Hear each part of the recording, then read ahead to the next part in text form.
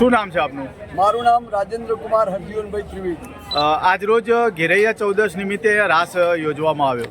શું પરંપરા છે અને શું છે વિગતે જણાવશો? આજની જે ઘેરની જે પરંપરા જે છે એ રાસ નથી પણ દાંડિયા છે. અને હોળીના ઘેર નિમિત્તે હોળી નિમિત્તે બાળકોને જેને હોળીનો પહેલો જે બાળકનો જન્મ થયો હોય એની પહેલી હોળી હોય એને અહીં આગળ ઘેરૈયા તરીકે રમવા માટે લાવવામાં આવે છે. તમે આ નજર સમક્ષ જોઈ શકો છો, નાનું બાળક છે એને પ્રથમ હોળી છે. તો એવા ઘેરૈયાઓને લાવી આ ઘેરની અંદર રમાડવામાં આવે છે અને વંશની વૃદ્ધિ માટે ગામના દરેક બ્રાહ્મણોની અને દરેક કોમના દરેક વ્યક્તિઓની વંશ વૃદ્ધિ માટે આ ઘેર કાઢવામાં આવે છે.